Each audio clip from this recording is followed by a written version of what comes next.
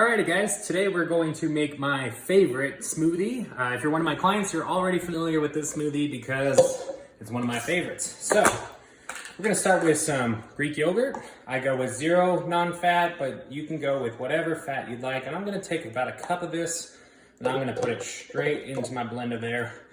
And then you get all this bonus. Well, I'll have that later. I'm then gonna take a handful of spinach. Great in vitamin K, great antioxidant. I'm gonna go ahead and throw that in there as well too.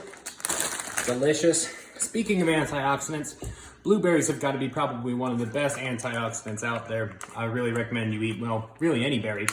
I use blueberries.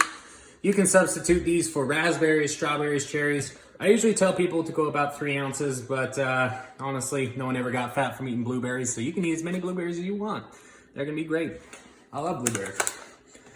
I then take a dash of cinnamon in there. It's also a great antioxidant and gives it a little bit of taste.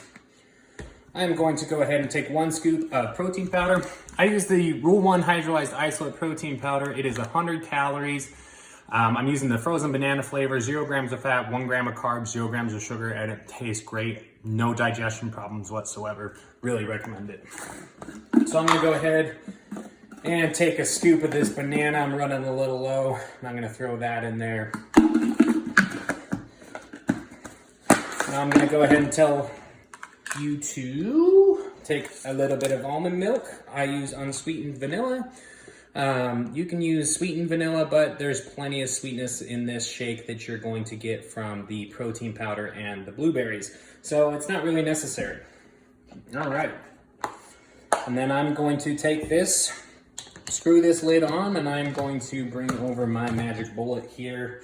That is a piece of junk. I've had it forever, but it gets the job done.